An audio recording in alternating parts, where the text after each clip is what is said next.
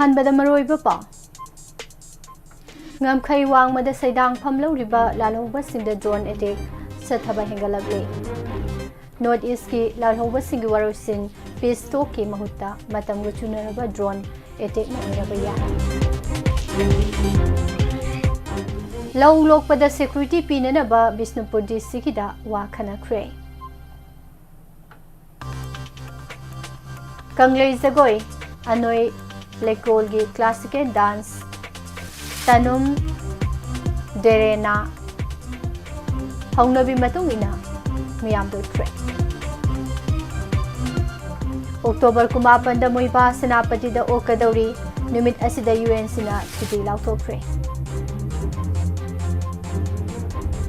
Sakawa Numita Tabal Songlubi Wakal Tamina Kre Indian Army ki drone attack RPF na condemn tawrukli Delhi dagi cycle da khongsa lakhiba Malem Thongam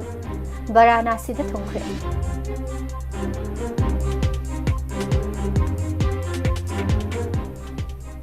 KCP lanthing minasi ekhoi puthokre MS ko na khunda minari ba furup singa ningol sakhobi thorom pangthokre Nomada miyoi humbudaga taret dengue positive oiba thengakre Carnival da bus mai sakpada miyoi kumathoi sikre amadi Israel na Bluebird taru satellite thagal agani haire Krumzari Evening newspaper update mijeng tabiriba amadi tabiriba singbo Pusparani Laisumna Taram Noksari Maroiba Pausing Sandong Pizuri Manipur da kumsi sahi lising ani kun mangana dengue positive oiba masing haukiba sahi signigi sumasum hengalaktuna numit khudingi record thugaire haukiba pungkun mari ki manung dumi humbudra taret positive oiraktuna state asiki oina positive oibagi masing lising ahum chama taramari yokre Haukiba pungkun mari da positive oirakiba miyoi humbudra ga taret ki manungda yankhai nipan Imphal West district tagini aduga tarana Imphal East tagini Bisnupur district Sandrel Churasanpur Kangpokpi amasung Ukhul district ta miyoi amamam positive oirakhi Tamenglong district ta miyoi mari positive oirakhi dengue laisat sandorok pathingnana ba miyamna ayuk nungtil da kang se handana ba laukhat phaba thabak laukhat pinana ba appeal tawrakle Manipur da dengue gi laisat khumang sausilakli basigi yanglaka miyam gi ana layeng da khudong sanana bagi damak Jemins Hospital da dengue khaktagi oiba tokhaiba ward ama hangdokre dengue gi laisat sandorok pasina hospital asida miyoi kya laknabana maram oiraga anaba singi khudong sanana bagi damak tokhaiba ward ama hangdokpani haire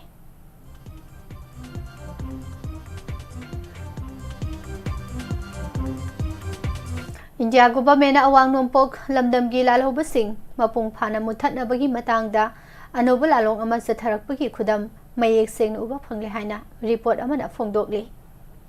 sahi kyagi mamangdagi awang nompok lamdamgi lalhobasing ge ceasefire agreement khuyek pinaduna peace talk tawba natraga military operation sathaduna lakhi New Delhi na hoji anoba lalong ama satharakpaga loinana wari sanaduna yasinaba puraknaba honabagi mahutta Drone attack sathaduna lalhobasing mapung phana muthanaba honabagi khudam kyamarum uba phangle pumnama asigi mathakta civil war gi saitheng nangbadagi mapangal sathina sontha khraba Myanmar da sidang phamloduna lediba North East ki lalhobasing gi mathakta phongna amasung lona drone attack kyamarum leptana satharakle masida Myanmar authority na ngakthok sabang amagi phibam leite masigi sumathakta aso engam Thoglak-tuna micham miyam siragasu Myanmar manungda conflict mayam leibanina amana amada taisinabagi khudong saba phangi haina report asina makhatari India government hantakta counter insurgency operation da drone bombing sizinnarakpa asigi matangda palladuna report asina hai India gi mayol lamda mapangal kanna leramba Maoist singi mathakta drone bombing kayamarum chathaduna makhoi gi lusingba mayam ama hatkhre Makoi gi leifam sing thugai khre masina maram oiraga pambai leraktabadagi Maoist kayamarum khulai thadoktuna India government sangjarakre masigi kanaba amasung khudong sabasi lauraga Myanmar da sangjafam lauduna leiriba lalauba singi mathakta mai pakna drone attack sathaba haure October 13 da Indian Army na Indo Myanmar border manakta leiba Khenmoi Loyi Naga village da drone attack sathabada sahi nipan khakta ngariba angang masa ama yauna lalauba kaya hatpa ngamki July 12 da suhariba khungang asimakta da chap manaba maungda drone attack sathaba laikhrabani Manipur Nagaland amadi Arunachal Pradesh na singba border area singda yamna toina drone attack satharakliba si counter insurgency operation gi mawong honglakpani handakta Myanmar gi manungda hangba KYA gi training center da drone bombing sathabada lufa asigi senior kadar kayamarum siba laikru haina media gi tongan ba platform singda phongnaraki ba laikre tamu maike da su mafam marang khangdaba drone gi attack kayamarum tawduna hauze maike adomda sarangna ba phibam lai hare Bishnupur district Singkhong Singya Dalaiba Labuk Singh the Thariba Mahai Marong Singh Lok Payanana ba Ahenba Security Pinana ba Bishnupur District Deputy Commissioner Puzai Elangbam Nasir Lauduna Akhanaba Security gi mifam ama pangthokre mifam asi Bishnupur gi Mini Secretariat Complex Dalaiba Conference Hall da pangthokibane mifam asida Bishnupur District SP in charge TS Shankar Dev ADM Tourism Opendra Central Force ki representative Singh SDO Singh OC Singh amasung atay machang oiba district asigi officer Singh su saruk yaki Maitay amasung kuki ani ki marakta kanglup ki irang thokraba matungda laumi singna makhoi gi lawpham da satuna law uba amasung law lokpa haibasi hauzik su asoba singna ba ama oire handaki law phau thaba matamda su kuki khulai paiba singna Tampaki lamda kumtharaklaga nomai kapsinduna attack torokpada laumi ama sokiba laiki madudagi ahenba security piduna ngak selaga law palhalakibane hauzik law lokpa matam oisilakle maram aduna security pinana bawafam mifam asida puthoktuna khanaki tungda law loknana bagi laumi singna kumge haiba numit singda ayuki pung taruk makhai tabadagi nuthilgi pung mari phawba Nomai kaplakpa yaba from singda security forcing matik sana thamnana ba warep laukre laumi singna su law lokpa akiba leitana ba khangan baga loinana makoina labukta kumbagi matang da paw phaunana ba su khangan kre Kurai Salanthong Saithavi Leirakta leiba kanglei jagoi anoi leikol kazalgi minute taraga manga sangba Manipuri classical group dance Tanum Dwerena Haunabi Matung ina miyamda utkre October 22 da Kurai Kala Vidya Babangi Hall da utkiba classical group dance asi laikirabo aza thingbaijam Babu Singh na compose tawbiram badagi kazal gi director oribi bis Sanjita Devi na nauna amu choreograph tawduna miyamda lanthorakibani Thawram asida SNA awardee Singtham Ranjit Khuman Kanglei Saktam Langpa Kanglup ki director RK Narjit Sana Kurai Kala Vidya Babangi President RK Narjit Sana amasung Bahujanna Sahitya Academy Manipur State ki President Dr. Fanjawbam Ranjit Namathang Sina Chief Guest President amadi Guest of Honor oiduna saruk yaki October 18 da IM ki Alto ki launcher Thuingaleng Muibabu Senapati District Headquarter da Miyam Nataram Loknana Bathorang Tori Haina United Naga Council UN Sina Phongdokre UNC President NG Lorhona Thadorok Paserol Amada Hai Ningsing Ningai Oiba Maungda TS Muibabu Taramna Opagi Thoramga Mari Lenana October 18 da Senapati District ki Mapampumna Makta Suti Lauthokle Mahai Tampham Loisang Dukan Amadi Lalol Itik Tawpham Pumnamak Numit asida miyam gi lusingba muibabo ikai khumnaba utpo oina thong lon gadabani Senapati District Headquarter da pangthokadaba taramna opagi thoramda amatta oibagi wakhalon utpo oina miyam pumna maksaru yamina gadabani top puwari amasung iromdom lepsanana bagi right mara sesil hanboina numit asida मियाम पुम्नमकना नागासिंगी अपुनबा सक्तम उल्हौरसी हाइनसु UN सिना मखा ताना फोंदोरकले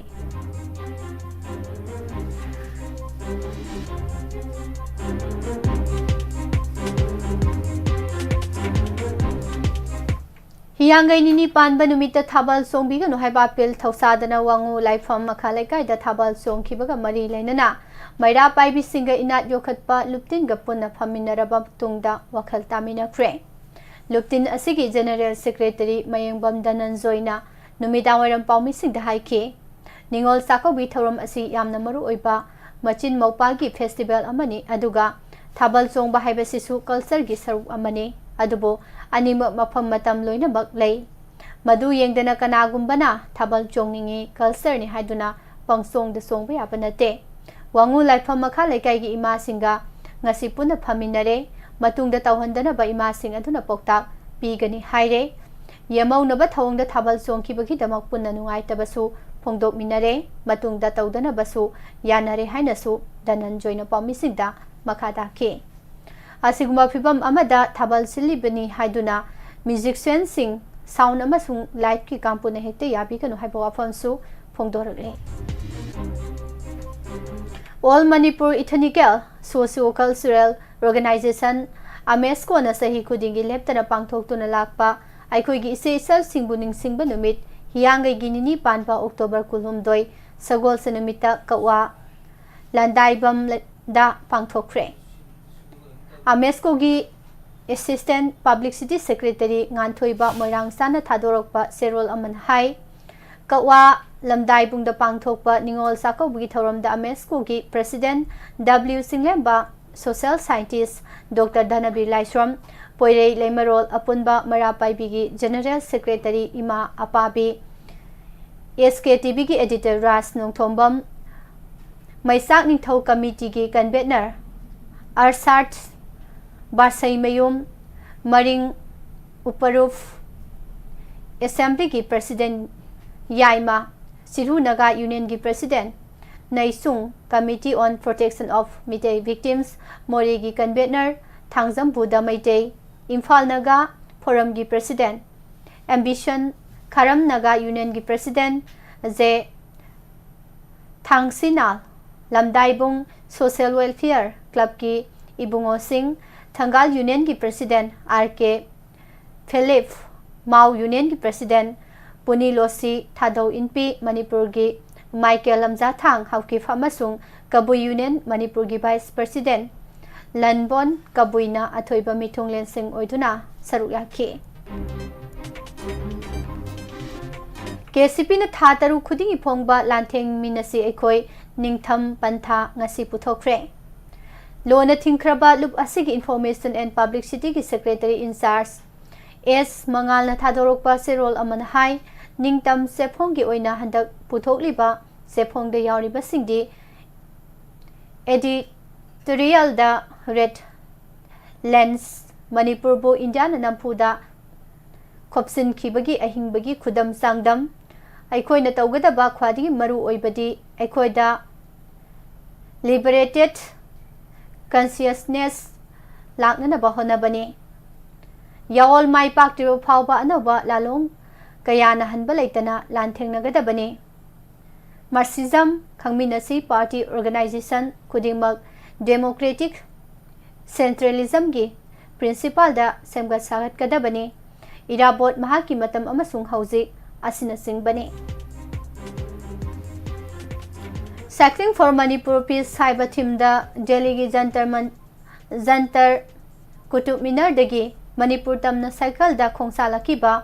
transgender social activist Malem Thongam ngasi Varanasi दा थुंख्रे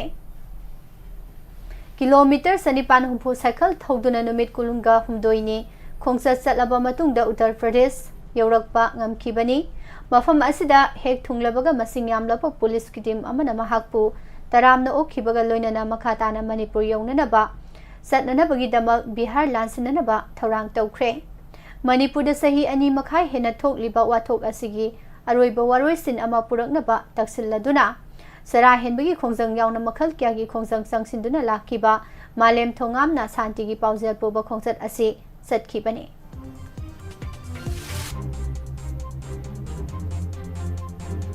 October kulumdoida Indian Army na Myanmar gi is Konyak region da laiba Khemoi Loi village drone attack sathaduna misam ani hat kiba amadi atopa mari tamthina soan kibagi thaudo ado revolutionary amadi People's Front RPF na akanba mongda condemn tawragle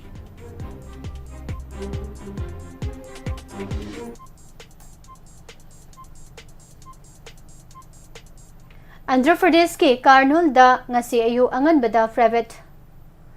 Volvo bus ama maisak pagi thaudokta mioi kumathoi sire ayuki pung ahu makhai tabada Karnool mandal gi Senatekur khungang manakta maisaki bus aduda mioi ni phumatoi tongduna Hyderabad tagi Bengaluru tamna lakhibani haire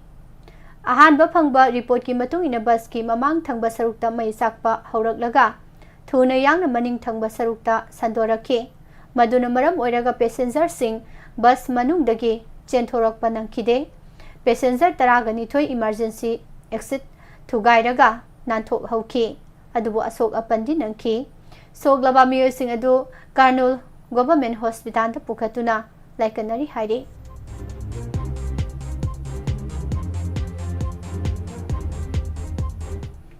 Indian Space Research Organization ISRO na sahi asigi loisilakpada United States ka khusamnaduna tan 6.5 lumba Blue Bird taruk satellite thagatnaba thorang tawre haina ISRO gi chairman Dr. V Narayananna phongdokpre July thada NASA amadi ISRO na khusamnaduna After radar mission mai pakna thagat khaba matungda anauba satellite asi thagat anaba thorang lokhalakpani communication satellite asi thagat pagi sabsaba numit amasung pungpham Prime Minister Narendra Modi na athuba matamda lauthoklagani haire US based over AST Space Mobile na semgatpa communication satellite asi Sirihari Kota da laiba Satish Dhawan Space Center dagi thagatnaba thorang tawri tan 6.5 lumba low earth orbit satellite asi mai pakna thagatpa ngamlabadi communication amasung ipau phaudok phaujin gi lamda khumang chawsinba ngamlagani haina ISRO gi chairman na makhatana phongdokhe ISRO na paikhatliba atai atopa thorang gi matangda mahak na hai Gangayan mission mai pakna paikhatnabagi matangda khumang chawsinna Tabak loisinba ngamle haina su mahakna makhatana phongdokhe October 15 dagi 19 phaba Uttar Pradesh ki Agra da pangthokadaba 19 suba National Sub Junior Under 14 gi nupa masa amasung nupi masa singi championship ta saruk yarugadaba Manipur Rollerball gi sanaroi amasung official kuntaret ngase Imphal thadokre championship asi Agra gi Sikan Darda laiba Boston Public High School da pangthokadabani Manipur gi team asi Laishram Opendro Singna manager kam team in charge oiri nupa masagi coach na Khumanthem Khogendro Singni nupi masagi coach na Akoizam Bobo ni haire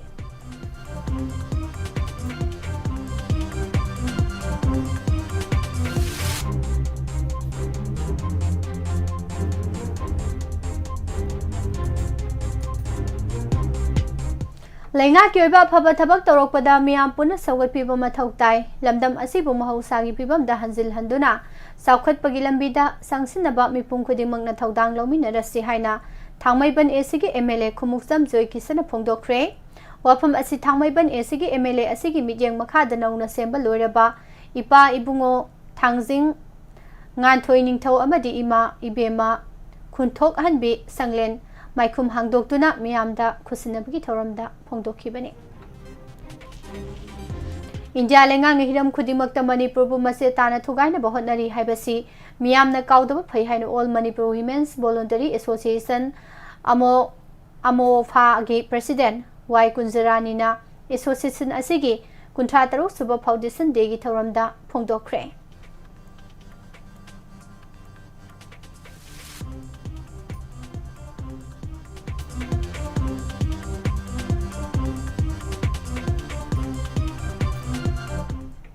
Singapore Police Force na Samgi maming chatlaba Asamgi maming chatlaba saisakpa Jubin Garga gi misiga mari leinaba evidence sing numit 10 gi manungda Assamgi Special Investigation Team SIT da tharak lagani haina senior police officer singna phongdokre hiram asiga mari leinana Special DGP CID su oiriba SIT asigi chief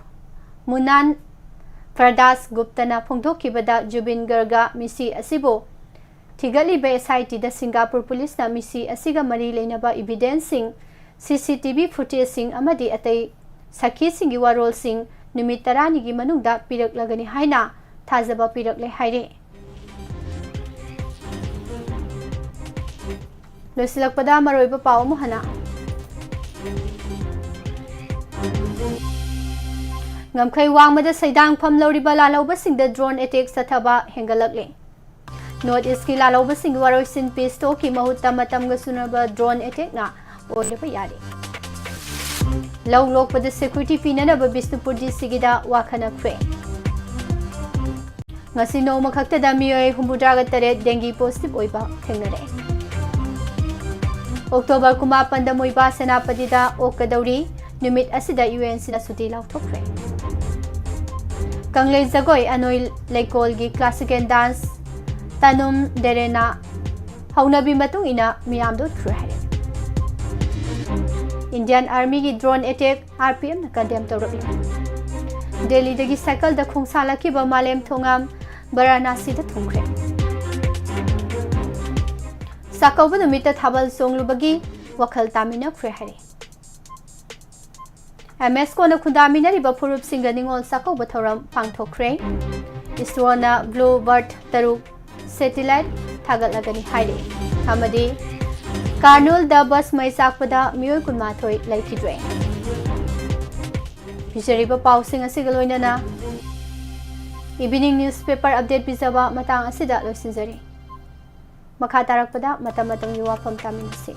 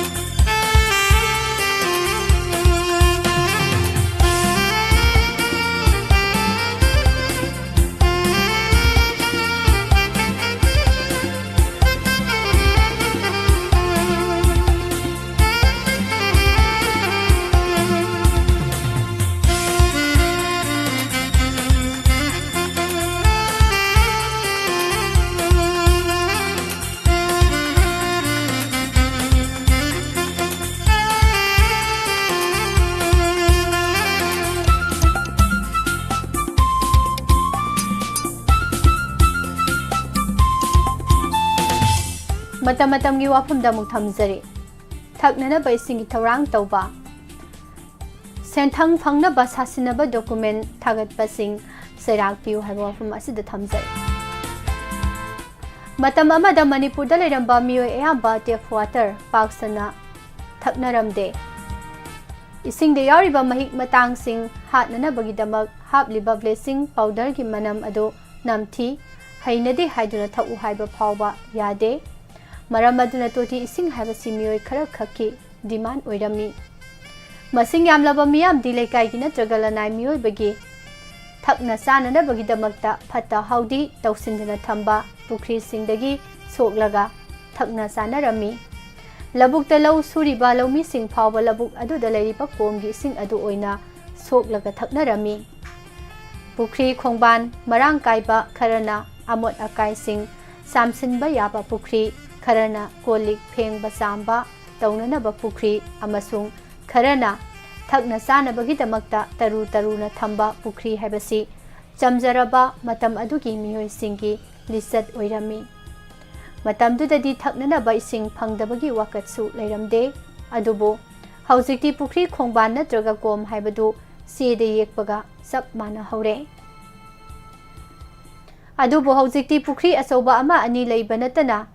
lanai miyoi gidi ama phawba leina khidre aduga thaknanaba ising irujananaba phisu phijamnanaba amang aseng jamnanaba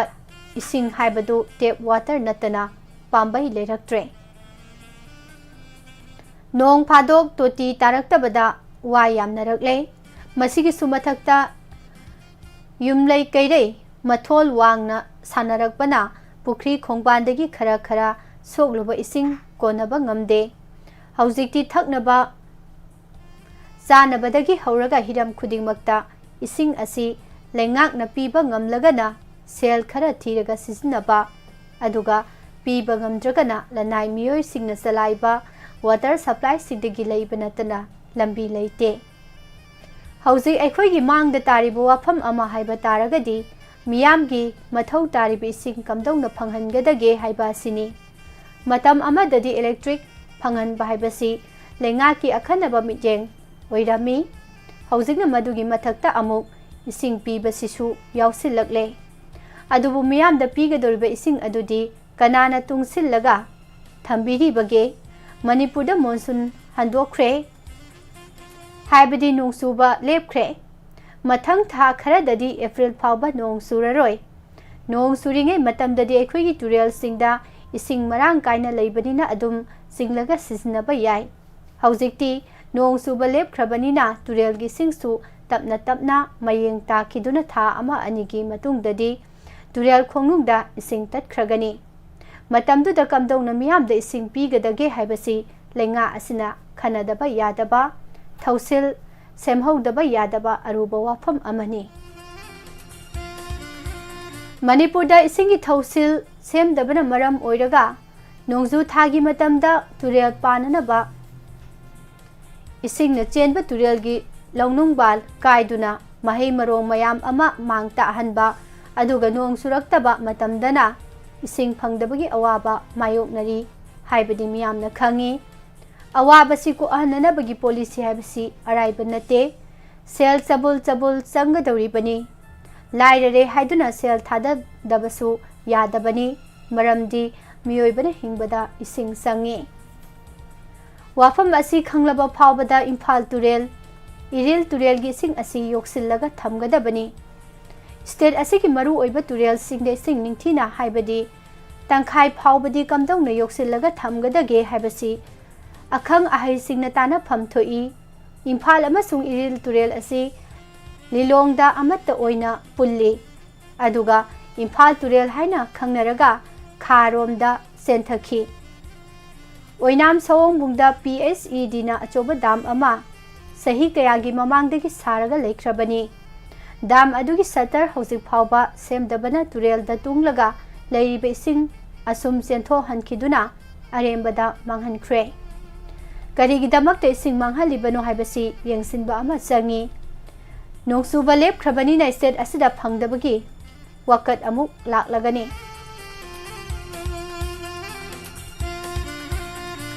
marak asida jala jiban mission gi senthang center dagi launana bagi damak ahai apa sabo officer signa aranba se sang mayam ama ministry gi website ta thagatlaga thambadu haujikti aranbani semjin sajinbani haiba khangnarakle asigumba aranba tawbasing asida kana kana senari bano haibasi thidokadabani lupa crore kayagi scandal ama loinaraga leiribasi gi waroisin purakna bagi damakta senari ba officer sing adu thifam thoi mahausadagi hauna thabak tawdriba scheme kaya semjin sajinba utilization certificate thagatba aduga senfam sing aduna miyoi kharagi furit khawda sangkhiba sing aduda aikhoina asum tumina leithokpa matam oidre madu miyambu namthak tawraga hural lanada sel tanbani makhoi huran bani mata asida panjaningba wafamdi jala jiban mission haibasi india government ki fajaraba scheme amani masina yumthong khudingi saksangda tap water phanghanba phawbagi asangba senfam center na puri bani adubo miyoi khujok kharana jala jiban mission ओइदा पातबा तौरगा सेल तानखिबसिंग थागतपा याननबा मांगखिबा सेनफम खोमगतपा याननबा CBI दा सिसिनफम थोई सिनफम थोई सेनरिबसिंग अदुगी मरल मथुम कदाइदा पैसिनबगी हाइबा थिदोकलगा फागतननबगीदमक इनकम टैक्स डिपार्टमेंट ना खुदकता थबकसिंग लौखतफम थोई कुइरे मणिपुर असि हुरानबगी लाइरिक पाक ओइदुना लेरकपा यादे हाइबा अमा खंगहलसी हाइबा वाफम असि थमजरी पुनमकु अमुका हना पुष्पारानी लाइसरुमना खुरुमजरी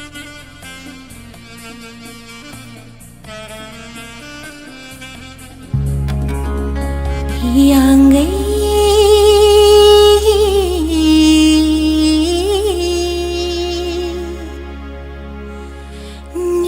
नी पानबा नो मिसे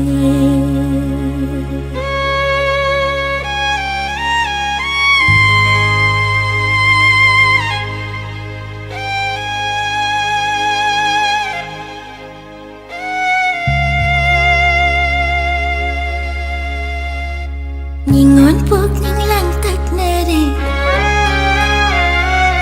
Thamoy thagi haurak le Ningon pok ning lang tak na re Thamoy thagi haurak le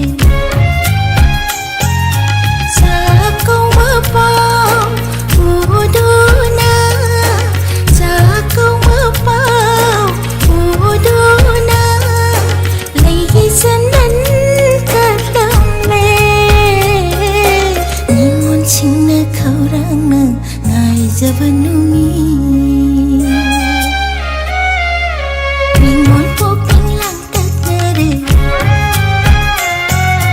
Kamoy thagi horakle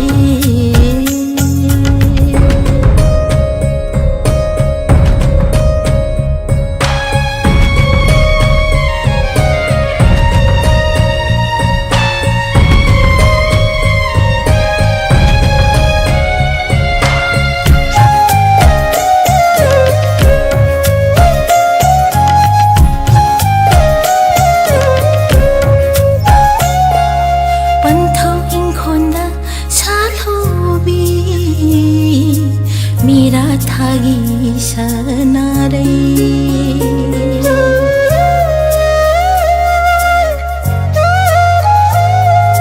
पंथों Khond साथ होबी मेरा थागी सनारे मोमन मिनो तम दोना नीनो माय तें लमले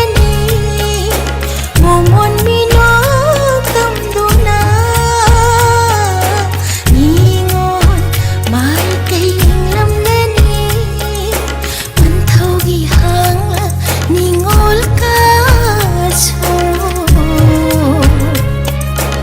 Ay buwana ngay ramlani Ningon paging lang tak na rin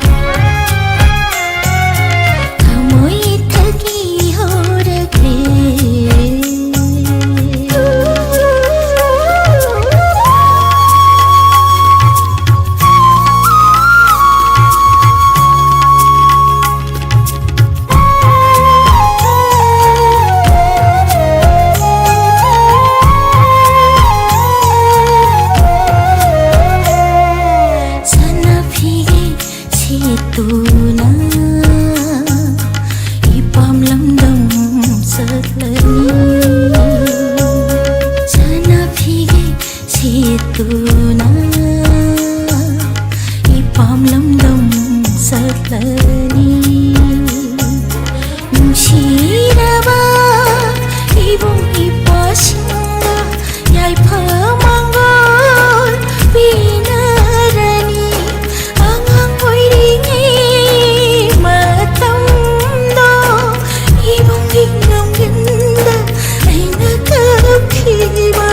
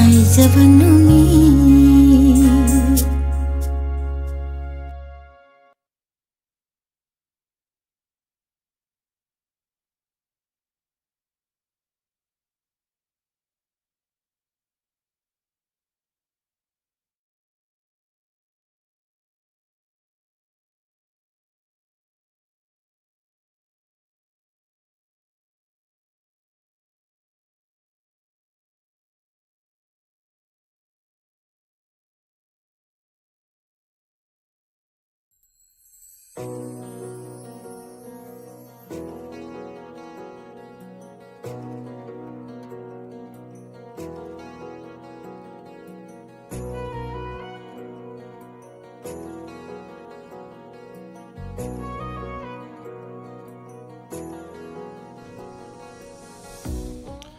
Mamna Tavikre, Miss Busperni lies from the Ginamidang Wangidam Fong Liba Pausi sing the Lokuchava Maruiba Pausing. Lantok Chariba 90.0 Wahong Radio Gitarum Gimakata Tazarakpada, Mayamda Mukudol Damjari, live phone in program 7005 707 808. Number to the call W Lunana Torum Sarugyavu.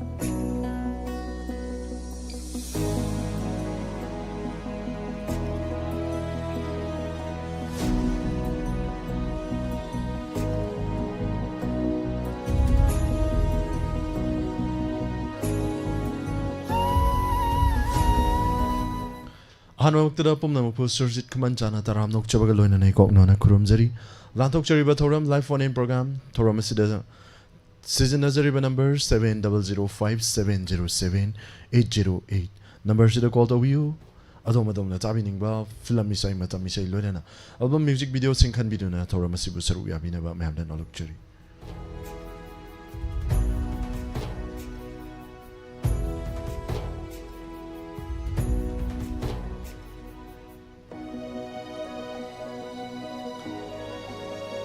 Han Makola Kutrage,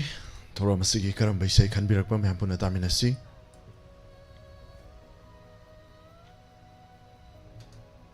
Hello. Hello. Taram Nokchuri, Madam, called Obirakam Mingamadile from my view. Sir, I kung sang mamalakai di inam jani. Taram Nokchuri, a Sigi Toramasida Sarugya Virakam, Madam Karam by Say Tabigani. Sir, but something no alam da ye.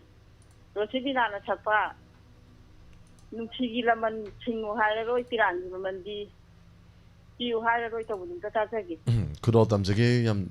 Fazavasani can be ugly by say, Basanta no alam die part 3 say, Madame can be ugly by say. Madame is say Sikanakana Taminagani. Sir, if I say a boy inama, think I have terake. Koi inama apam di. Kainahan. Adagi inama kainahan daban ni.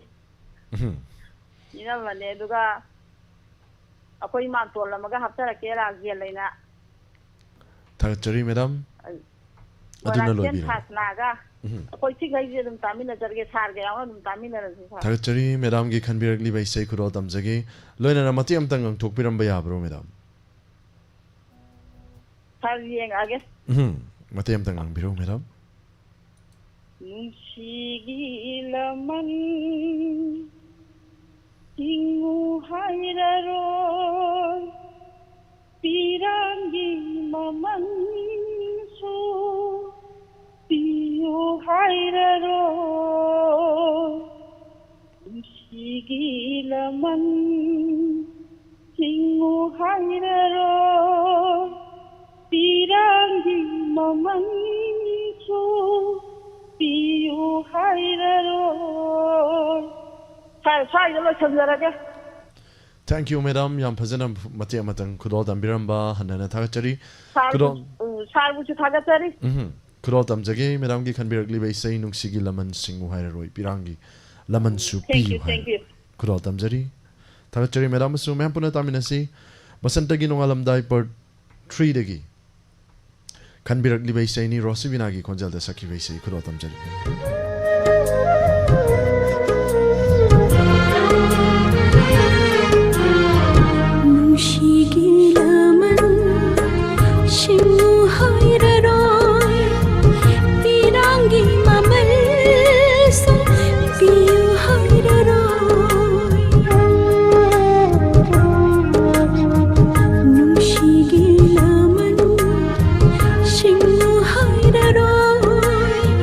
Pirang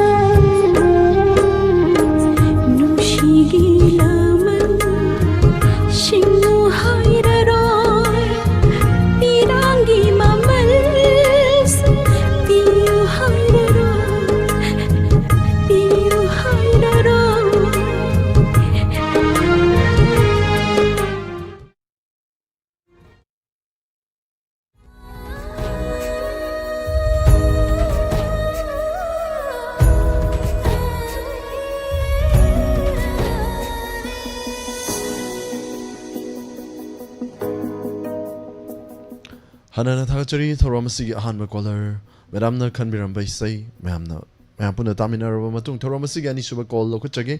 Loinana. Chaco was say, Narang Louis Venetri, Nasi no Alaga Chaco, Zukonga, Mayorongani, Matelzu, Adam, Nasi Pavadum Karakaradum, Hauram Kining can say, Mam say. Thakachari, Saruga Viriba Coding Mak, Ningol Chaco, Wamhang Alakpada, Lamda Masigi, Ningol Oibising. Yaifa Tony, Mayam Pumbagi Nijari, Loinana, Nungaiba, Yaifaba, Chaukat Pada Womenasi, Haba Wafam Tamsake. Toromasigi, Anisoba Collar, Lokachage, Loinana Lapcheta Leviriba, Pong Jantikumar, Madame Romita Sanasa, Pong Jantikumar, Hanana Takachari, Imaning Tozamina Kunbi, Sarungbam Days Mala Takachari, Saranabi Wang Kim. Madam Gadin Liu Palmai, Sobita Hijam Takachari, Torom Sida Saruya Virakpa, Imakunze Sori, Sana Ive Waka, Sarsagapa Manjan, Romita Sanasa, Imakunze Sori, Amuka Natakachari, Saruya Viribukuding Mak. Malalita Yenkom, Takachari, Torom Sida Saruya Virakpa, Inaugoroba Kuman, Madam Susila Okram, Sir Gurdip Okram, Taram Nokchari, Servisu, and Natakachari, Madam Sundari Maivam Takachari, Ima Ibe Yama Guru Mayum. Madam Anjali Chingtham, Sir Robin Mete Kumujam, Hanana Takachari, Sir Yabiri Bukudingmak, Sir Ranavir Wang Kim, Mabre Sori Takal Changbam, Takachari, Yumkaibam Helen, Morang Kuno, Madam Busu, Hanana Takachari, Sir Yabirakba,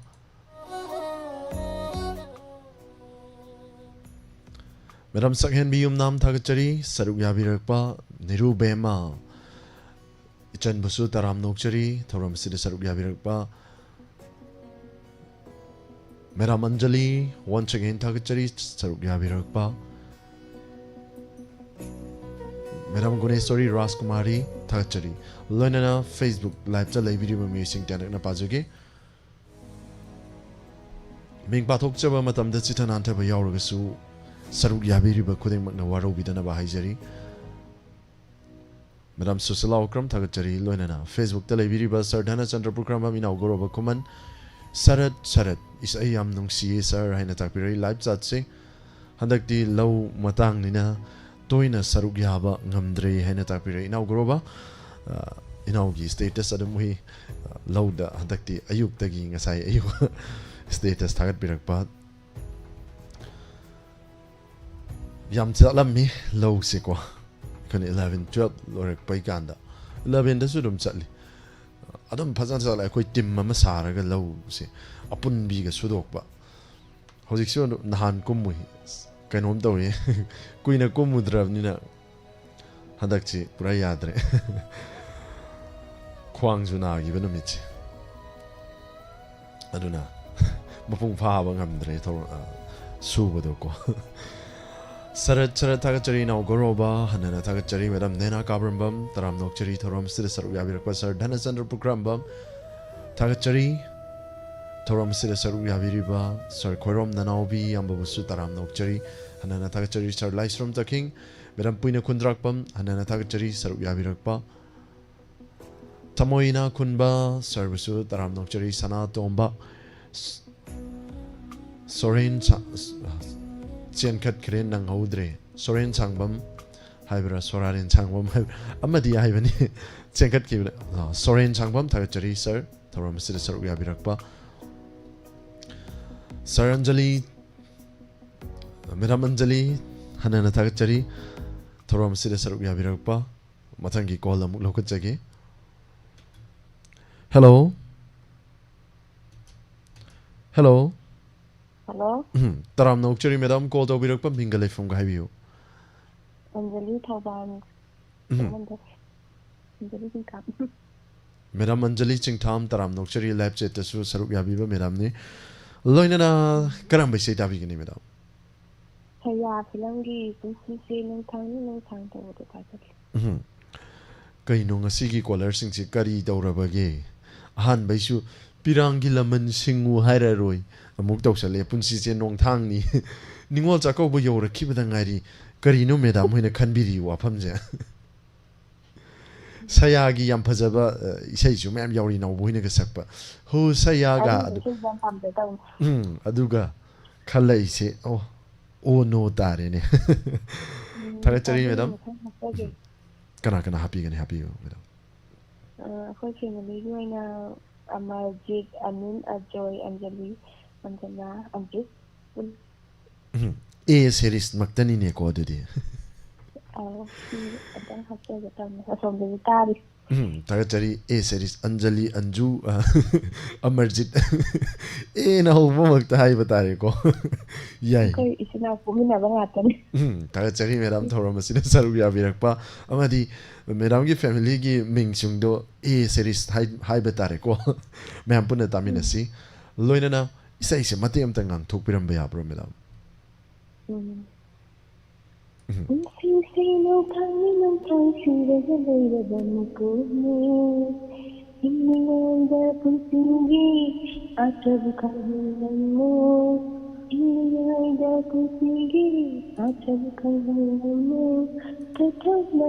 kamu di kudo isina ke takade banana Kuro tam jage madam gi khan birak li bai sai yamna fajabai sai ni punsi se nong thang saya hai re film asidagi Rasivina gi konjal dagi sakhi bai sai Narendra gi mai Narendra sage ki maikta Kalen Jiten mahang na serang li bai sai ni kuro tam jari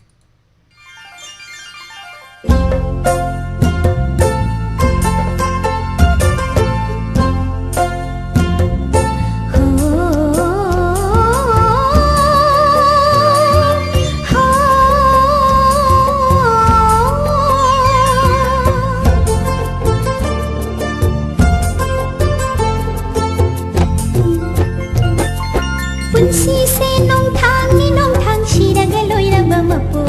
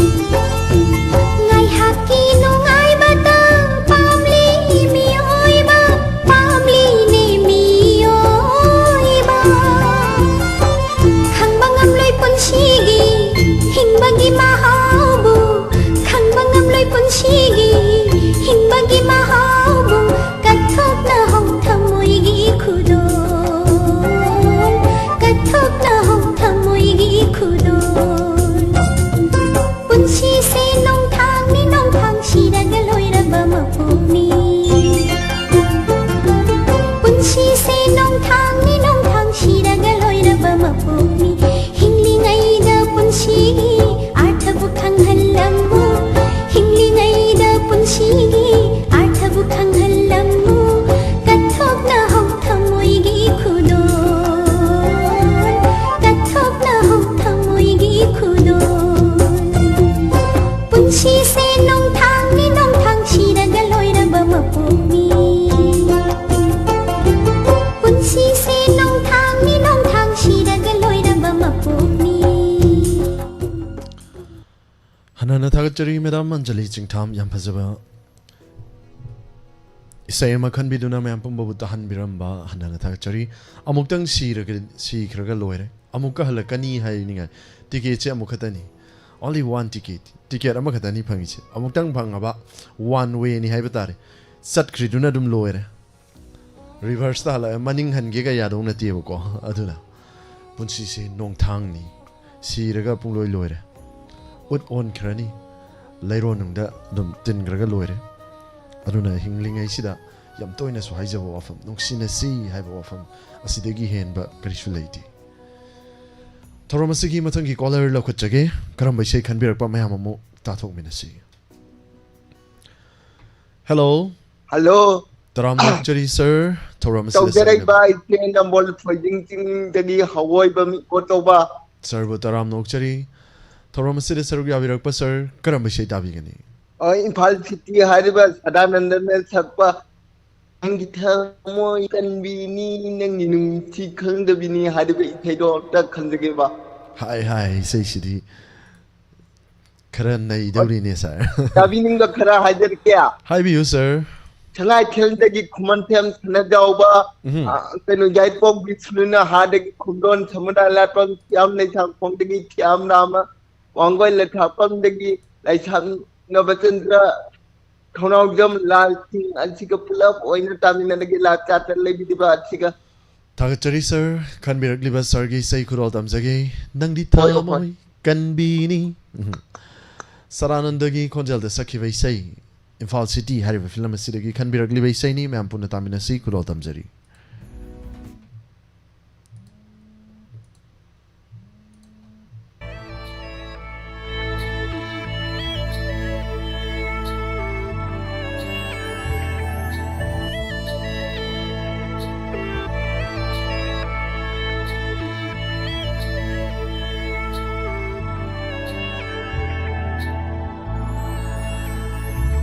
Nangdi thamoy kanbini nangdi minung sikang gabini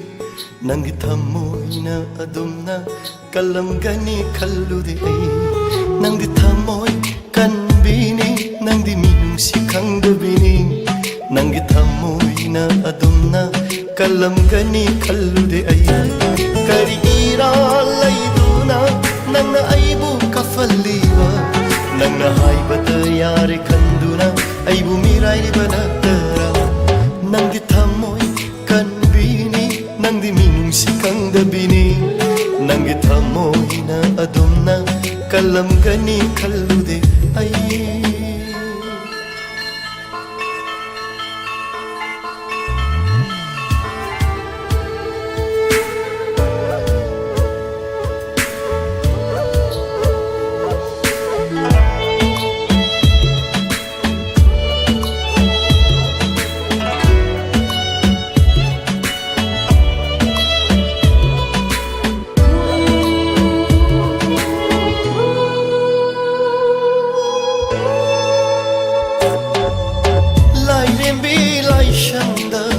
Chatuna Ivani Lairembi Imana Kudam Oibiduna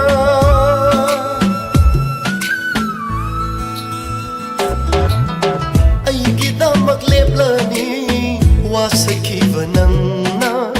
Kaina badakarigi Kidribang asidi Aingonda tanatana Mapuda suminamni Aingonda tanatana mapuda suminammi maduki chairaki shoidana fangminang nangdi thamoy kanbini nangdi minung sikang dabini nangdi thamoy na adumna kalam gani khallude ai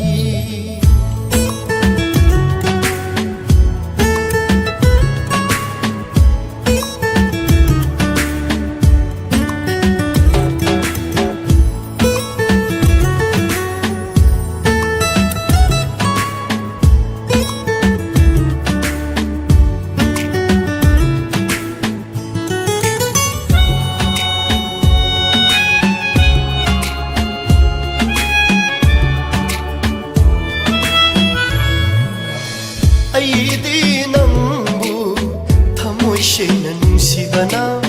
नंगी याइफनबता खंजबनी आइना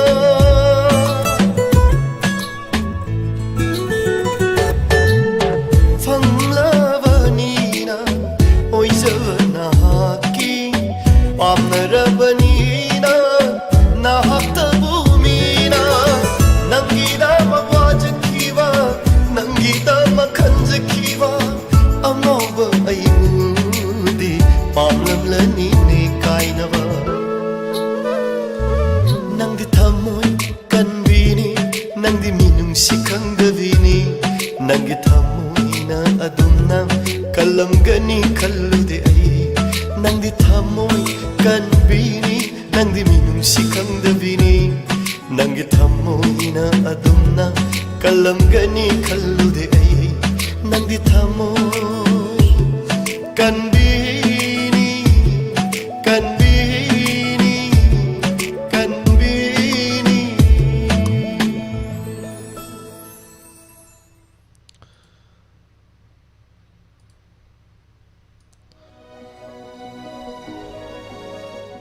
मीनबु थमोय कनगी याउन कनख्रदी कनानबु थिंगबा पिबंगमुनि नत्रा नुंगदगिसु हेना कल्ले हाय थमोयसे कनगे याउन कनख्रदी इसैदा सैथारैजे नंगदि थमोय कनबिनी कयामुक याम कनख्रगे दयो थोरमसिदा सरुक याबिरकपा खुरिंगमकपु हन्नना थागचरी लाइसंगदा चटलगा वासक मिनागेरा Coke पाइरगा वासक नगेरा मीना थमोय कनग्रगदी ओनगे याउन ओनख्र बुक्सेल कनामतना थिंगबा कनामतना फारुबा कछु यारोयको अदुना थोरमसिगी मका call दमुक लोकचगे हेलो सर तराम नोकचरी सर कॉल तौबिरकपा सर मिंगल एफएम का हाइबियु सर ऐसे कवा पुलिस लेक्तगी वीरचंद्र सोयम सर थागचरी सर थोरमसिदा सरुक याबिरकपा सर कॉल से क्या रक फंगबिरगे ngasiga सर लंतन अदुम खगदी फंगरे sir ngasina thengnajabadi aiga ahanbani sir thengnajaba थोरमसिबु सरुक याबिरकपा सर बु तराम नोकचरी हन्नना थागचरी लोइनना करम विषय ताबिगनि सर सर नुंजु हिंग फिल्म गिने लासम मे मगी खोंजेंदा लुमाइदे योलिबा लाइदगी मपुंगनि दौते sir yam fajaba ishaini sir na khanbirakliba kuro tamjage loinana kana kana ga taminagani sir sir वहां रेदिबु ताबिरेबा लाइफ चार्टर लेबिरिबा नुसिरबा मरम मपांग सिंगा पुन तामिन नजर के sir matayam tangang thokpiram ba yabro sir sir सी मई से या खंजे दरे sir kuro tamjage thagachari sir थागा sir kuro tamjage sir gi sai nongju ahing hariba film asidigi livestream memagi khonjelda sakiba isaini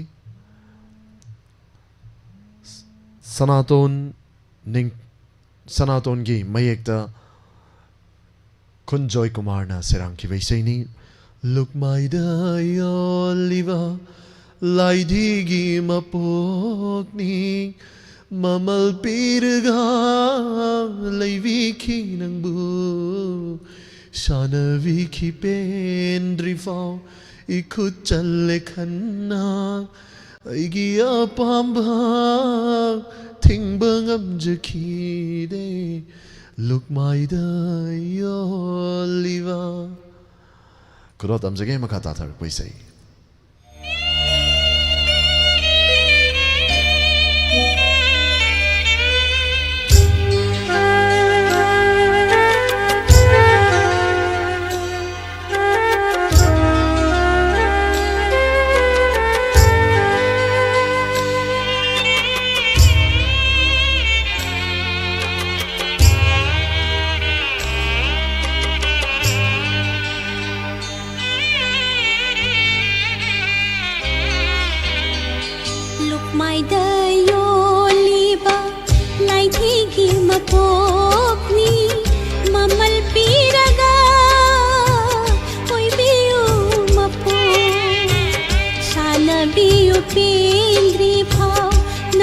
चलबीनी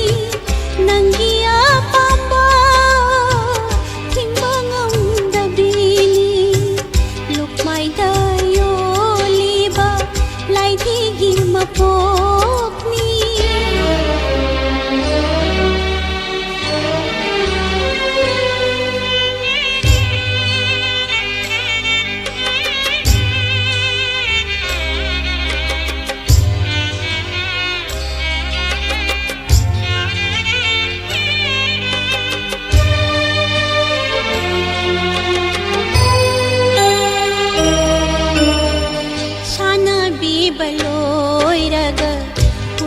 ꯊꯤꯒꯦ ꯈꯟꯕꯤꯅꯨ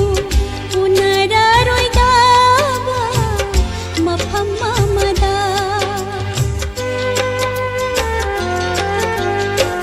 ꯂꯩꯇꯥꯗꯅ ꯂꯦꯜꯂꯤꯕ ꯆꯝꯂꯕꯤꯒꯤ ꯄꯨꯟꯁꯤ ꯃꯨꯜꯂꯝꯗꯥꯏ ꯊꯥꯎꯃꯩꯒꯨꯝ ꯇꯥꯔꯝꯗꯥꯏ ꯊꯥꯖꯒꯨꯝ ꯂꯣꯟꯊꯣꯛꯇꯅ ꯆꯥꯛꯂꯛꯂꯤꯕ ꯊꯃꯣꯏꯒꯤ ꯃꯩꯆꯥꯛꯁꯦ ꯊꯥꯞꯅ ꯆꯥꯛꯄ ꯂꯥꯃꯩꯒꯨꯝꯅ ꯈꯟꯕꯤꯌꯨ ꯅꯍꯥꯛꯅ ꯎꯍꯟꯅꯤꯡꯗꯦ ꯅꯉꯣꯟꯗ ꯇꯥꯡꯒꯣꯏ ꯑꯣꯜꯂ ꯄꯨꯟꯁꯤ ꯂꯨꯛꯃꯥꯏꯗ ꯌꯣꯜꯂꯤꯕ ꯂꯥꯏꯙꯤꯒꯤ ꯃꯄꯣꯛꯇꯤ ꯃꯃꯜ ꯄꯤꯔꯒ ꯑꯣꯏꯕꯤꯌꯨ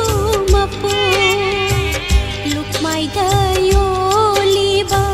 ꯂꯥꯏꯙꯤꯒꯤ ꯃꯄꯣꯛꯅꯤ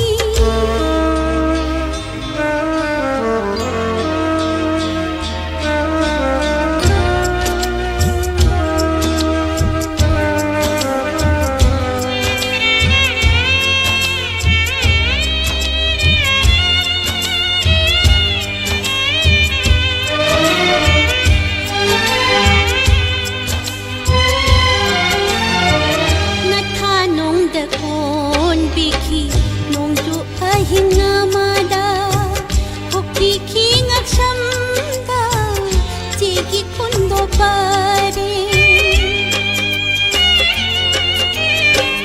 ꯊꯥꯒꯨꯝ ꯇꯔꯥ ꯅꯥꯎ ꯄꯨꯈꯤ ꯅꯨꯡꯁꯤ ꯈꯣꯗꯣꯜ ꯐꯪꯖꯈꯤ ꯃꯨꯟꯕꯤꯈꯤ ꯏꯊꯥꯗꯩ ꯅꯨꯡꯁꯤ ꯈꯣꯡꯗꯅ ꯅꯣꯛꯅꯤꯡꯗꯅ ꯅꯣꯛꯆꯔꯤꯕ ꯃꯤꯅꯣꯛꯁꯤ ꯎꯔꯒ ꯃꯩꯆꯥꯛ ꯐꯥꯎꯔꯣꯏ ꯈꯟꯕꯤꯒꯅꯨ ꯐꯣꯡꯗꯣꯛꯇꯦ ꯍꯥꯏꯗꯨꯅ ꯑꯩꯒꯤ ꯃꯤꯠꯂꯨ ꯄꯤꯔꯥꯡꯅꯤ ꯉꯁꯤ ꯅꯣꯡꯖꯨ ꯑꯍꯤꯡ ꯂꯨꯛꯃꯥꯏꯗ ꯌꯣꯜꯂꯤꯕ ꯂꯥꯏꯙꯤꯒꯤ ꯃꯄꯣꯛꯅꯤ ꯃꯃꯜ ꯄꯤꯔꯒ ꯑꯣꯏꯕꯤꯌු ꯃꯄꯣꯛ ꯁꯥꯟꯅꯕꯤꯌꯨ ꯄꯦꯟꯗ꯭ꯔꯤ ꯐꯥꯎ ꯅꯈꯨꯠ ꯆꯜꯂꯕꯤꯅꯤ ꯅꯪꯒꯤ ꯑꯄꯥꯝꯕ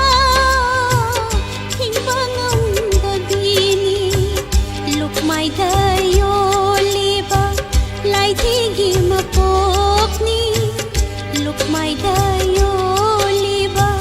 ꯂꯥꯏꯙꯤꯒꯤ ꯃꯄꯣꯛꯅꯤ ꯂꯨꯛꯃꯥꯏꯗ ꯌꯣꯜꯂꯤꯕ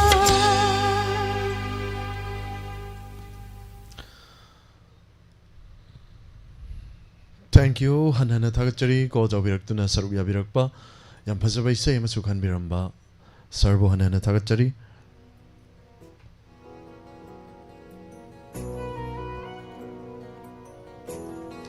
Loinana live chapter Biriba, live se music, question jelly, Kadore, Habanose. I shouted Tanane. Puk Launa. Hogalaga got wrong scene ready, no in Janarish Mina. Kari Oyhoni. Thagachari Thoramasi the Saruya Biriba Kodima Brahma Birchandra Soyam Thagachari Thoramasi the Saruya Birpa say Pramesori Wahang Saranabir Wang came Imabimola Conchum Thagachari Sana Ivi Waka Ovain Sandam Thagachari Thoramasi the Saruya Birpa Sarangarangi Atang begin spectator yai Mayek Tajare Sarva Thagachari Hanatapire Thagachari sir, Thorom Sida Saruk Yabirakpa, Yumkabem Helen Marang Kunobusu, Daram Nokchari, Hanana Thagachari, Madame Susila Okram, Sir Korom Rovindro, Mabimola Concham, Yamadoba, Kurajam, Braysori, Takel Changbam, Sir Sagapa Manjan, Yumkabem Helen Marang Kuno, Madame Susila Okram, Hanana Thagachari, Saruk Yabiri Banning Tojamina Kunbi Kurai, Madame Anjali Chingtam, Ariba Isina Magun, Laiba Heli, Mayik Sufazay, Chummy, Ariba Isay Janarum. Top can woman yawi. Saranabir Wang came, Sarat Kumar Sarma, Thagachari, Saruk Yabirakpa, my BM Sanning Tojum. Saruk Yabiri Singh, Hanana Thagachari, Mabre Sori Sarobin, Thagachari, Imalel Tayin Kom, Thagachari, Saruk Yabiri Bakuding Mark, Loinana. Facebook ta laibiri sing serbi morning ombam thagachari mioi kun gani pan kun trahom doi lem badai phat launa ahum mu mioi manga mu chien griu sir laisram ta king thagachari madam nena kabram taram nokchari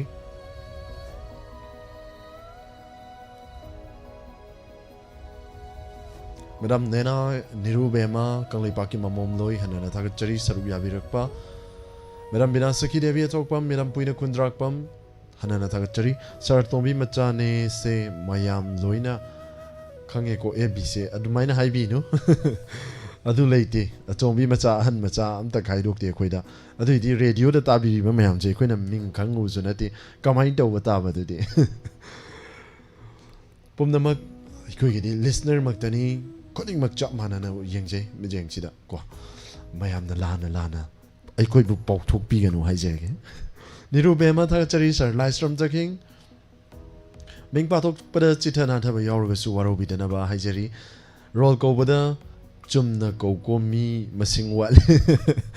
adum chitha bada mag yaw sir waro bi no sardhana chandra thagachari niru bema scroll to ba ya kidaba matak a yaw no scroll to ba ya kidaba yaw ya duna ni waro bi roi sarat thagachari saru ya birakba kuning mapu hanana thagachari chithana thaba yaw su waro bi dana ba amuka su han haijari mathangi call amu lokachage karam bishe khanbirakpa mayam puna tathok minasi lokachari hello taram lokchari madam call do birak paisa gi ming amadi leifam haibiu Yaipulang kendagi ni ngoma punima ni sa taram lokchari hanjagena karam bishe tabi gani madam awai ba mapugi bonena sakpa hai isai sumaina awaba isai makta taraga su dum nungai ti marak ta nungai ba su mukta gani awaba su ta gani chigini makhal mathel gi isai ni natra madam adu sadu wakhan gi haw phomoi ben tobudo kuro tamjage loina na tabining ba mioi sing kana happy gani madam tabining ba khai dira ke ngasi kitang phangbu ya marau ngasi akhoi ma di dum chatpane ba yai po khoirom dagi thabaton adagi inama bebe adagi akhoi dara jikuma adagi akhoi sidagi akhoi manak dagi imam ma adagi akhoi gi chanapi acharani chanapi tampha adagi puroi ba devanandaga adagi me ama lido wahong lido tabi ba da manjing bi ba ma ko tajara sa thagachari madam kuro tamjage khanbirak li bai sei loina na isai se matem tang madam gi konjal dagi ngang tok piram ba yabno sak padi am haijade adu sak yam sak padi hai ba I dum idon oi thoram noi ta jai sa gi thoram noi na adu khatang nga ki yam di nga roi ge kitang ngang tok piram madam oi wakhangi aur pamoi bana yang sarage ai ngasi aha bari am pa khalle matung da muk sakya rage cha kurol tan birakpa hanana thagachari khan birakpa isai kurol tamjage madam gi awai ba mapu haire film asigi bonem gi konjal dagi sakhi bai sei romi maite gi mekta sorry sanjam na serang li bai sei ni me apuna taminasi changyeng toge khalladuna me apuna taminasi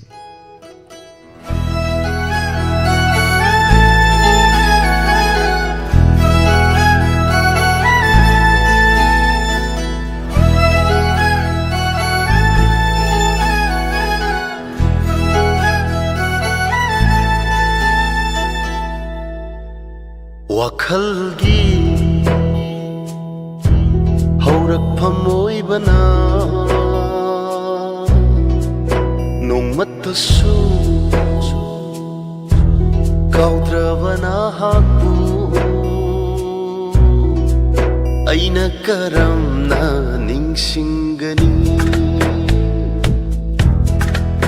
changyeng tauge khalladuna ase ushilavasu nantagi satam ni uriva thamoida lutuna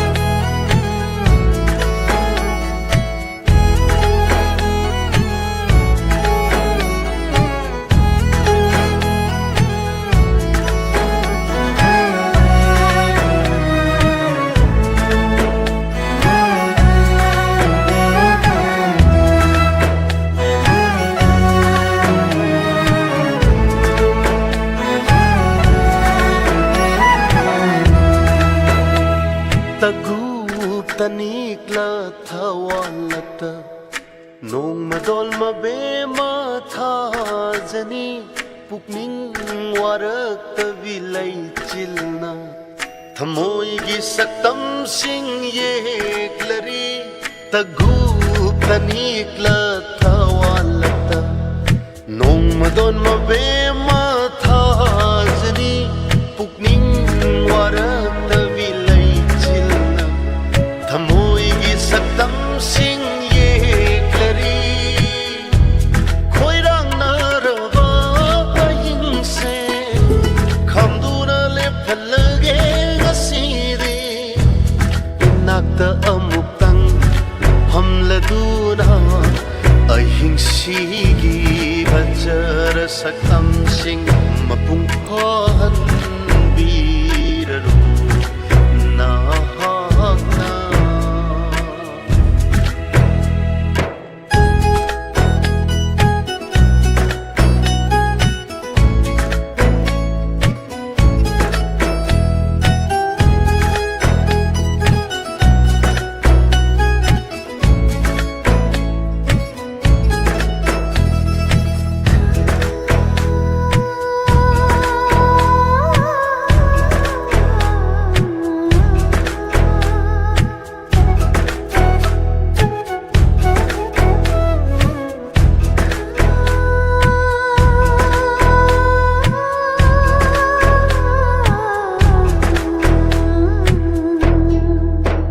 ꯍꯥꯏꯊꯔꯛꯄ ꯁꯝꯂꯥꯡꯅ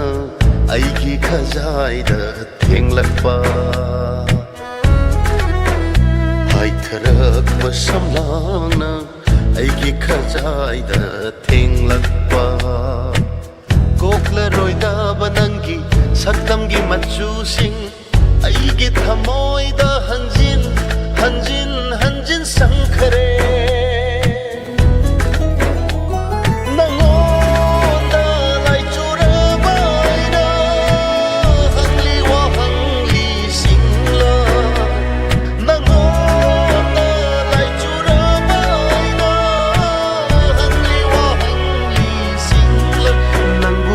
ꯌꯥꯝ ꯀꯨꯏꯅ ꯉꯥꯏꯈꯣꯒꯦ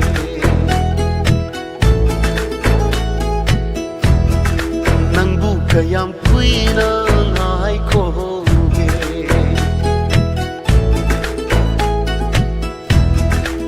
ꯋꯥꯈꯜꯒꯤ ꯍꯧꯔꯛꯐꯝ ꯑꯣꯏꯕꯅ ꯅꯣꯡꯃꯇꯁꯨ ꯀꯥꯎꯗ꯭ꯔꯕꯅ ꯍꯥꯛꯄꯨ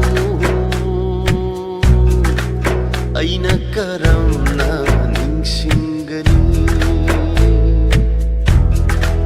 ꯆꯥꯡꯌꯦꯡ ꯇꯧꯒꯦ ꯈꯜꯂꯗꯨꯅ emit ꯑꯁꯦ ꯎꯏꯁꯤꯜꯂꯕꯁꯨ ꯅꯪꯇꯒꯤ ꯁꯛꯇꯝꯅꯤ ꯎꯔꯤꯕ ꯅꯪꯇꯒꯤ ꯁꯛꯇꯝꯅꯤ ꯎꯔꯤꯕ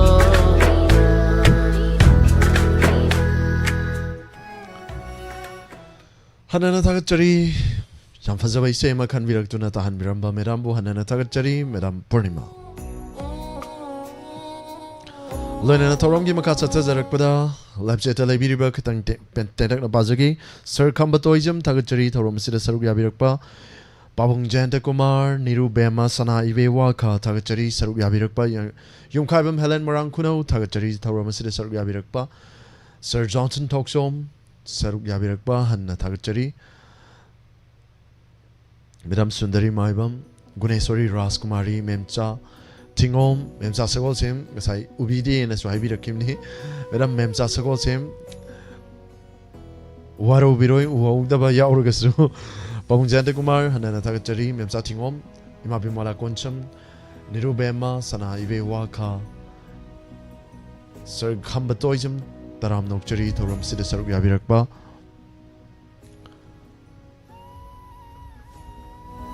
ꯏꯃꯥ ꯂꯂꯤꯇꯥ ꯌꯦꯡꯈꯣꯝ ꯊꯥꯒꯠꯆꯔꯤ ꯁꯔ ꯔꯥꯅꯕꯤꯔ ꯋꯥꯡꯈꯦꯝ ꯁꯅꯥꯇꯣꯝꯕꯤ ꯁꯣꯔꯣꯛ ꯍꯥꯏꯕꯝ ꯍꯟꯅꯅ ꯊꯥꯒꯠꯆꯔꯤ ꯁꯔꯨꯛ ꯌꯥꯕꯤꯔꯛꯄ ꯏꯃꯥ ꯕ꯭ꯔꯚꯦꯁꯣꯔꯤ ꯁꯔ ꯁꯒꯥꯄ ꯃꯟꯖꯟ ꯊꯥꯒꯠꯆꯔꯤ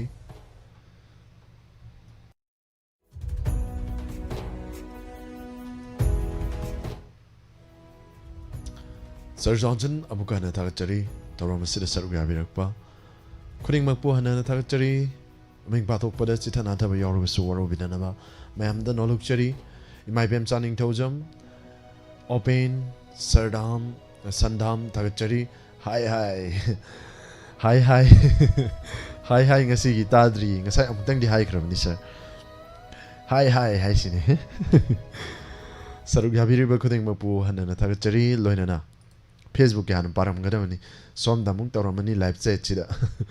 atombi machane ahum subai machane atombi ga nataba ahum subi dai mari subi dai yawrakini nga le ri moigi wari se madam rosni koisam taram nokchari thoram sida saruk yabirak pa mio yankai mathoi live ta leibiba khuring mapu hanana thagachari tawdo mioi taru khatani share tawri se nungsi bazani aise Sir Lystrom the King Thagachari Thoram Sida Saruk Yabirakpa Madam Rosni Koicham Umukana Thagachari Madam Nena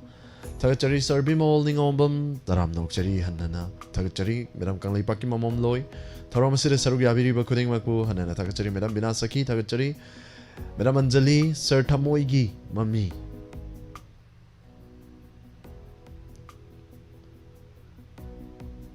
Kare mai thong da tai haiba isai adum ta tahan biram Tamogi mami mai ai khangdre isai si Madam waro biro isai si khangchedre Madam puina kundrak pam thagachari Sir Lystrom the King Robin Maitei Kumujam Sir Busu hanana thagachari Saruk Yabirakpa Sir Dhana Chandra Kuding mak hanana thagachari mathangi call namuk lokachage Hello Hello. Taram nokchari madam call the wirakpa mingalai from gaibiu Khurai dagi Prabhavati Lingma bom ko is. Madam bu taram nokchari thoromasida saruk yabirakpa Madam ngasigi la tokchari ba live phone in program thoromasida karam be shei tabigani Sa lai baki sandan philamgi manda kini ta khelamam na sakpa sa lo ne sa lo Kundo lairang si din to adu ta jage Kundo lairang ningsang ai si flashback ka lak pro Sen luhong ba khongdong matam yawra abanina ningsang ngai ine sa Mamang ngai gi luhong mera moina luhong ki wagi natra ningsing bata mani punsigi tangkak amani kaufada ba Thagachari kundo lairang na puga ina salakpa matamda Luhong pantha mahak na yorok pa matamda ningsing batabani kundo lairang mahak po Hoi sa Madam isay isi kana tamina gani Khara hajara kisa Ya hibok tagi si bandi mola konsam Moirang kunong tagi yung haibam helen Khongjom tagi samaria dra kujam Pishum tagi do bakurai jam Wahong radio tabi bapoda bakatamina jar kisa Thagachari live chata yam thawai hakchang yauna tabiriba mayamni madam na hapirak liba loinana madam na hapirak taba saruk yabiriba khuding mak mayam puna muk Khuding mak mayam puna mak tamina ras Thagachari madam loinana matiam tang nang thokpira moisai si madam gi konjel dagi yam phajadau mali Ai haidi Salo ni sal Kundo lairang Sal patuloy sa lagi Kudo tamjarake salo ne salo madakini naitong konjel le sakiva isai en nisika antagi mekta hamom na bana serang libi seni madam gi isai kudo tamjari taminasi Thagachari madam busu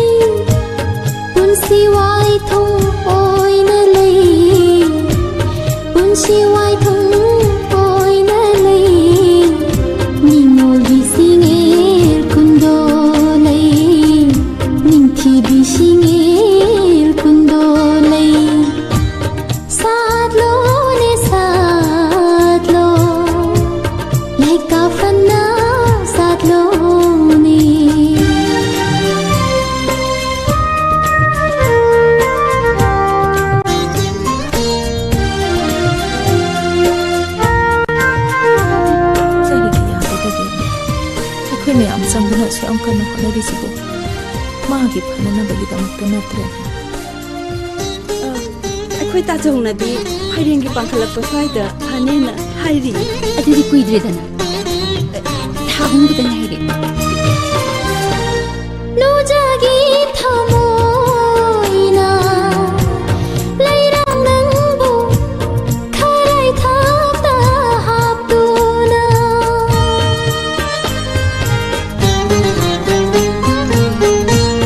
ꯅꯨꯖꯥꯒꯤ ꯊꯃꯣꯏꯅ ꯂꯩꯔꯥꯡ ꯅꯪꯕꯨꯈꯔꯥꯏ ꯊꯥꯛꯇ ꯍꯥꯞꯇꯨꯅ ꯂꯩꯈꯜ ꯆꯥꯅ ꯂꯦꯡꯗꯨꯅ ꯄꯥꯃꯨꯡ ꯉꯛꯁꯝꯗ ꯍꯨꯞꯆꯕ ꯅꯨꯖꯥ ꯑꯩꯒꯤ 아샤니 누미뚜니 아이나 ngasisu ngaijariwa sadlo ne sadlo leka fana sadlo ni kundolai ram singelai runsi wai thong oina lai ningol gi singel kundolai ningthi bi singel kundolai sadlo ne sadlo leka fana sadlo ni leka fana sadlo ni leka fana sadlo.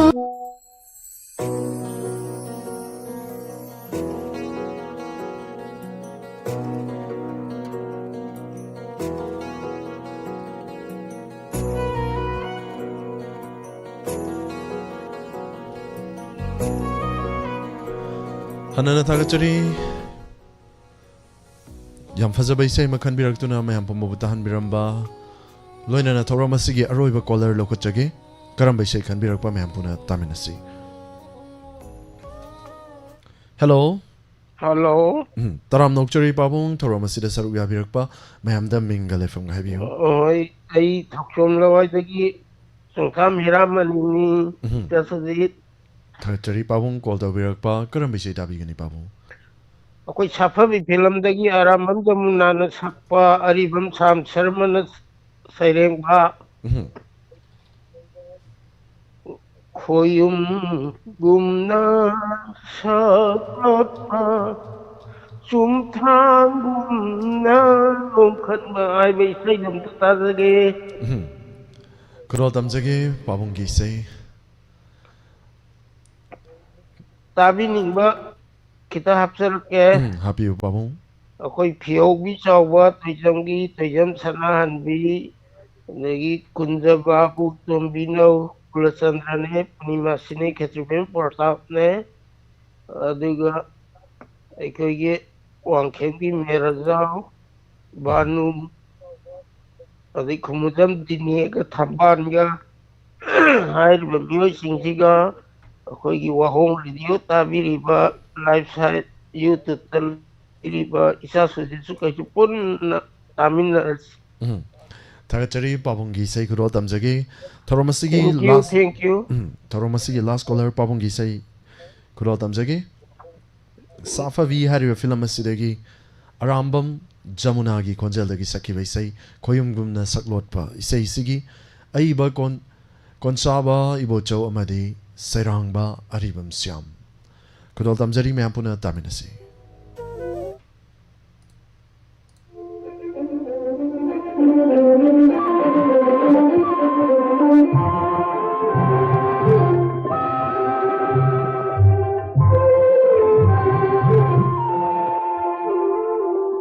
Hãy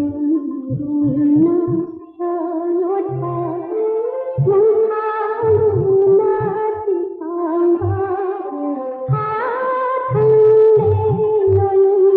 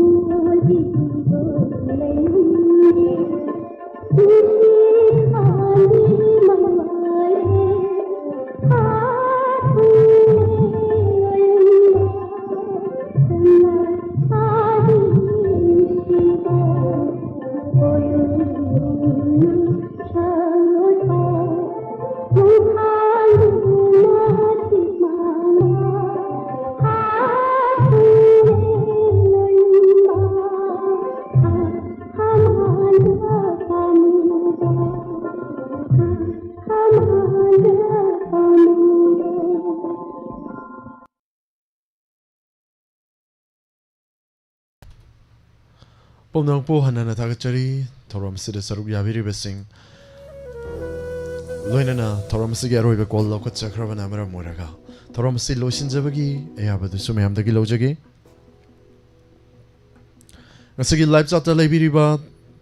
ton ba platform sing de saruk yabiri besing hanana tagachari live chat labiri besing amamam to oina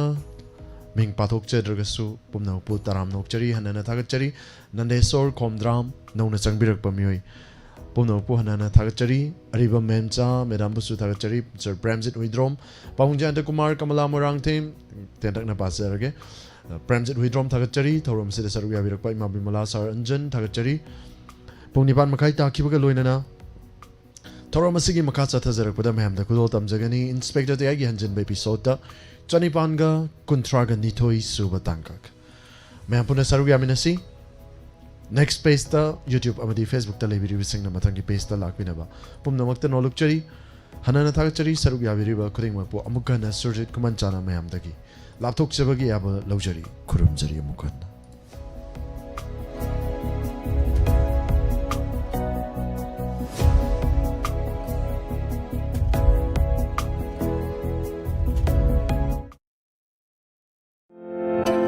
Nungairaba pauzil Diwali amadi ningo chakobagi dama Yaifavi Aikiyarna Miyam gi seva torokpa chahi taret mapung pharakpaga loinana Miyam gi dama khudong chaba kaya puduna lakchari Hariba offer asi October gi tang 15 dagina November gi tang 30 English singani kun mga phauba khudong chaba